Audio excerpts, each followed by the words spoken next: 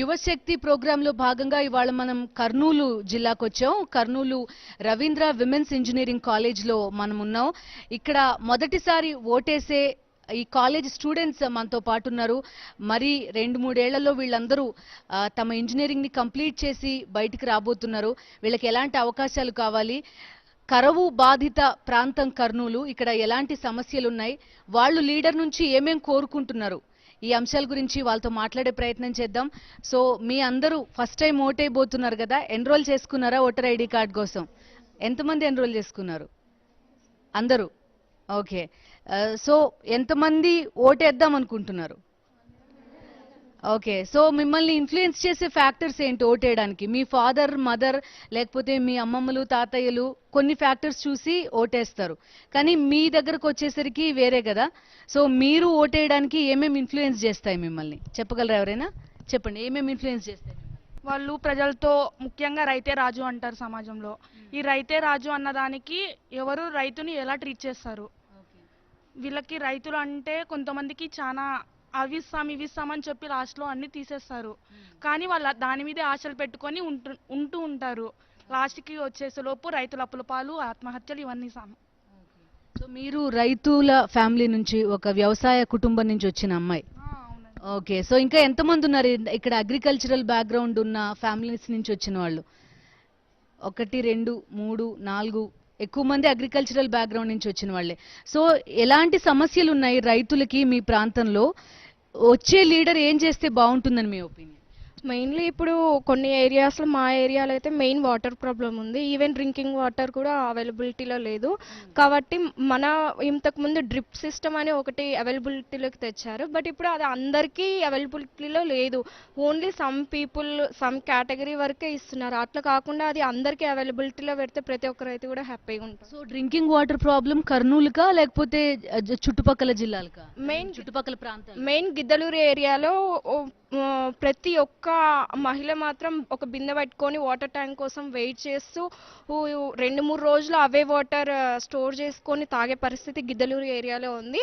Main అసలు ఇంతవరకు 1 year నుంచి కూడా వర్షాలు లేవు, కానీ వాటర్ మాత్రం అవైలబుల్లో లేదు. 1 ఇయర్ నుంచి కూడా ఏ పంటలు లేక గిద్దలూరు అనేది నిర్మానుష్యంగా మారింది.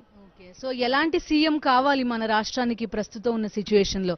ఎవరు చెప్తారు ఎలాంటి సీఎం ఉండాలి?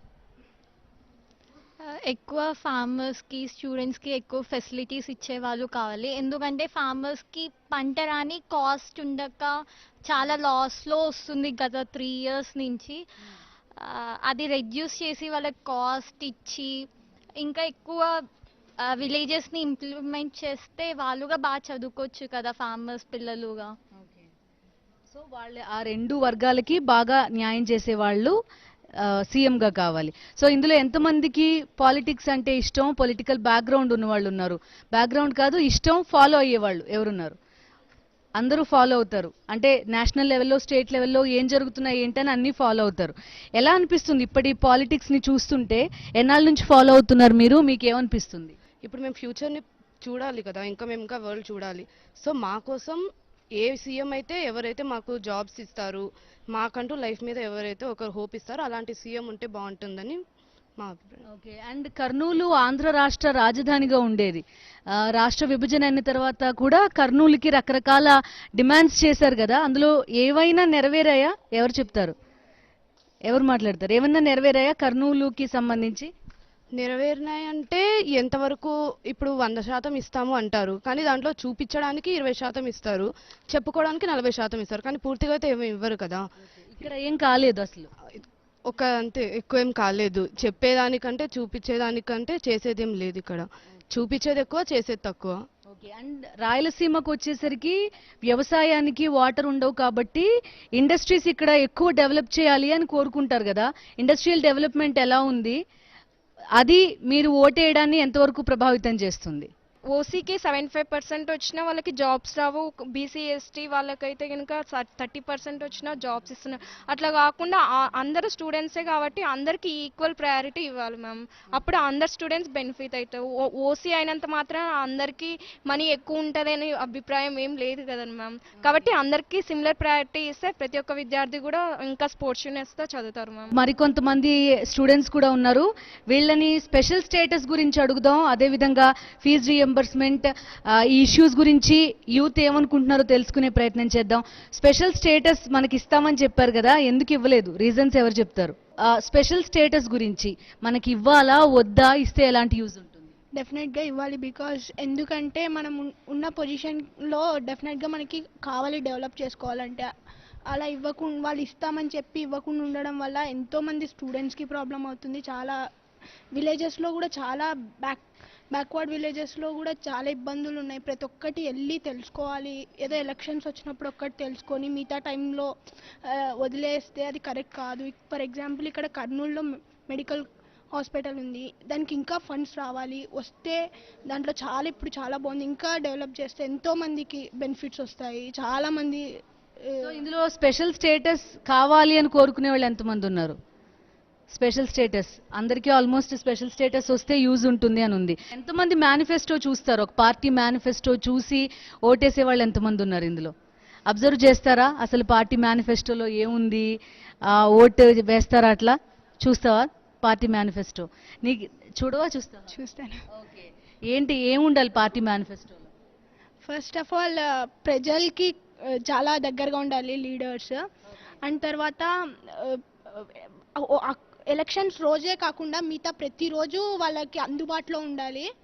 అండ్ వాళ్ళ ప్రాబ్లమ్స్ ఏంటి, వాళ్ళు మెయిన్గా ఎలాంటి బ్యాక్గ్రౌండ్ నుంచి వచ్చినారు, డీసెంటా లేకుంటే మాస్ లీడర్స్ ఉంటారు కొందరు, అట్లా కాకుండా మంచిగా ప్రజలకి సపోర్టబుల్గా ఉండే వాళ్ళని చూసి. యాక్సెసిబిలిటీ ఉండాలి. ఫస్ట్ లీడర్ దగ్గరికి వెళ్ళే యాక్సెసిబిలిటీ ఉండాలి. ఎంతవరకు ఉంది అది ఇప్పుడున్న పాలిటిక్స్లో? అది ఎంతవరకు ఉంది? అది మన బ్యాక్గ్రౌండ్ బేస్ చేసి చూస్తున్నారు. ఇప్పుడు ఒక పువర్ పీపుల్ వెళ్ళి అడిగితే వాళ్ళకి ఎవరికి అపాయింట్మెంట్ ఇవ్వరు కలవడానికి. ఎవరో పెద్దవాళ్ళ నుంచి వచ్చి చెప్తేనే మనకి అవైలబిలిటీ ఉంది కలవడానికి. ఇప్పుడు కర్నూలులో రాయలసీమ యూనివర్సిటీ ఉంది. కొంత ఫండ్స్ దీనికి పెడితే అది చాలా డెవలప్ అయిపోతుంది. అట్లీస్ట్ ఒక యూనివర్సిటీ అన్నా ఉంది అంటే Kurnool is a well society అని చెప్పుకుంటాము మేము. అలాంటిది అనేది ఇక్కడ లేదు. యూనివర్సిటీ ఉంది కర్నూల్లో, అది కొంతవరకు డెవలప్ అయి ఉంది. బట్ ల్యాబ్స్ అనేవి ఇలా అనేటివి చాలా తక్కువ ఉన్నాయి. కంప్యూటర్స్ కానీ అంత టెక్నాలజీ లేదు అక్కడ. అంతా ఓటేసేదానికి మనీ ఇచ్చే బదులు మనీ దీనికి పెడితే కొంచెం డెవలప్ అవుతుంది కదండి యూనివర్సిటీ. గవర్నమెంట్ గ్రాంట్స్ అనేవి ఇక్కడ కర్నూలులో రాయలసీమ యూనివర్సిటీకి కేటాయించాలి. ఇక్కడ లోకల్ డిమాండ్. అవును, కొంచెం డెవలప్ అయితే కూడా ఎక్కువ మంది అక్కడ చేరి జాయిన్ అయ్యి కొంచెం ఫీజు తగ్గించుకుంటారు కదండి. సో రాయలసీమ యూనివర్సిటీని డెవలప్ చేయాలి. ఓట్లకి ఇచ్చే డబ్బులు వాళ్ళకి ఎందుకు మళ్లించకూడదు అని అడుగుతున్నారు. నీ డిమాండ్ ఏంటి పాలిటిక్స్లో?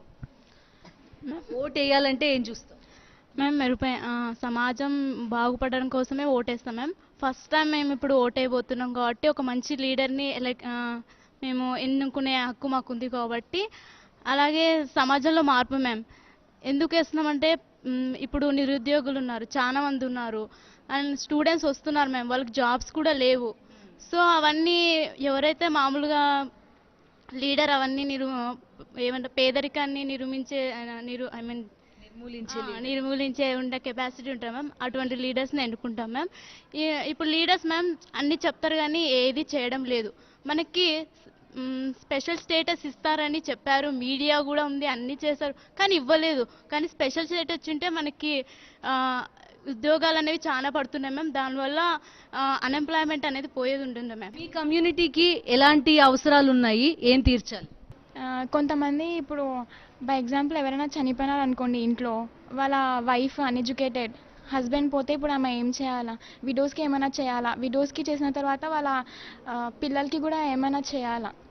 ఊరికే చెప్పడం కాదు, ఖచ్చితంగా ఏమైనా చేయాలా? ఇప్పుడు కర్నూలులో ఇక్కడ మొన్న పొలిటిక్స్ మీటింగ్ ఉందంటే వెంటనే ఏం చేస్తున్నారంటే వాళ్ళు గెస్ట్ హౌస్ నుంచి డైరెక్ట్గా చంద్రబాబు నాయుడు గారు వెళ్ళాలి అక్కడ అని మధ్యలో బ్రిడ్జ్ ఉంటే పగలగొట్టేస్తున్నారు. అదే వేరే ఇప్పుడు వేరే విలేజెస్లో ఎంత డ్రైనేజ్ ఉంటుంది, అది ఎన్ని మంత్స్ వరకు ఉంటుంది, ఉన్నా కానీ పట్టించుకోరు. లీడర్స్ వస్తుంటే చేస్తున్నారు, లేకపోతే లీడర్స్ వస్తున్నారంటే మీరు చూడొచ్చు రోడ్ పైన అంతా వాళ్ళ బ్యానర్స్ వేసి వెల్కమ్, అదంతా ఎందుకు? ఇప్పుడు వాళ్ళు ఏమైనా మనకి ఏమైనా చేస్తేనే కదా అంతా చేయాలా, వాళ్ళు ఏం చేయరు. అది ఇప్పుడు ఎవరైనా మంచి చేస్తున్నారంటే విలేజ్లో ఉన్న వాళ్ళు అందరు వచ్చి అంతా వాళ్ళకి హార్ట్ఫుల్గా వెల్కమ్ చేస్తారు. కానీ అది విలేజర్స్ అందరు రారు. పనులకి పెట్టాల్సిన ఖర్చు అంతా ప్రచారానికి పెడుతున్నారు. వాళ్ళు వచ్చినా కానీ ఎందుకు వస్తారు? అక్కడ వెళ్తే పని చేయాలంట, డబ్బులు వస్తాయి, వెళ్ళొచ్చు, అందుకు వస్తున్నారు అంతే. కానీ హార్ట్ఫుల్గా వాళ్ళు ఏం రాకున్నారు. నువ్వు ఎట్లాంటి వాళ్ళు కోటేస్తావు? నేను ఫస్ట్ ఆఫ్ ఆల్ ఓట్ ఎట్లా యూజ్ చేసుకోవాలో చెప్పాలనుకుంటున్నాను. మామూలుగా అయితే ఒక ఓట్ని ఎలా యూజ్ చేస్తారు, ఎవరో డబ్బులు ఇస్తే వాళ్ళ పార్టీస్కి వేయడం అలా కాకుండా మనకి ఎలాంటి లీడర్ కావాలి, వాళ్ళకి వేస్తే మనం వేసే ఓటుని బట్టి ఉంటుంది. మనకి మంచి లీడర్ కావాలంటే మంచి పార్టీ అనే కాదు, తన బెస్ట్ క్వాలిటీస్ని చూసి తన బ్యాక్గ్రౌండ్ అని అన్నీ చూసే మనం ఓటేయాలనుకుంటున్నాను. అలా కాకుండా మిస్యూజ్ చేసి ఓట్ని మిస్యూజ్ చేసి అసలు మనం ఓట్ వేయకపోవడం వల్ల కూడా మనకి అడిగే హక్కు ఉండదు. కాబట్టి మనం ఓటేయాలి, ఖచ్చితంగా మంచి మంచి లీడర్కి వేయాలి అని అనుకుంటున్నాను. మంచి లీడర్స్ రావాలి, పాలిటిక్స్లో చేంజ్ రావాలి. వీళ్ళు చెప్తున్నది ఇదే. మరికొంతమందితో కూడా మనం మాట్లాడదాం.